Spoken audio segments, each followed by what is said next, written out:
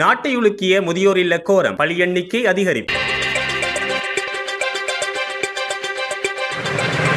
அங்குருவாத்தோட்ட பட்டகொட பகுதியில் அமைந்துள்ள தனியார் முதியோர் பராமரிப்பு நிலையம் ஒன்றில் ஏற்பட்ட பயங்கர தீ விபத்தில் சிக்கி உயிரிழந்தோரின் எண்ணிக்கை 12ஆக அதிகரித்துள்ளது.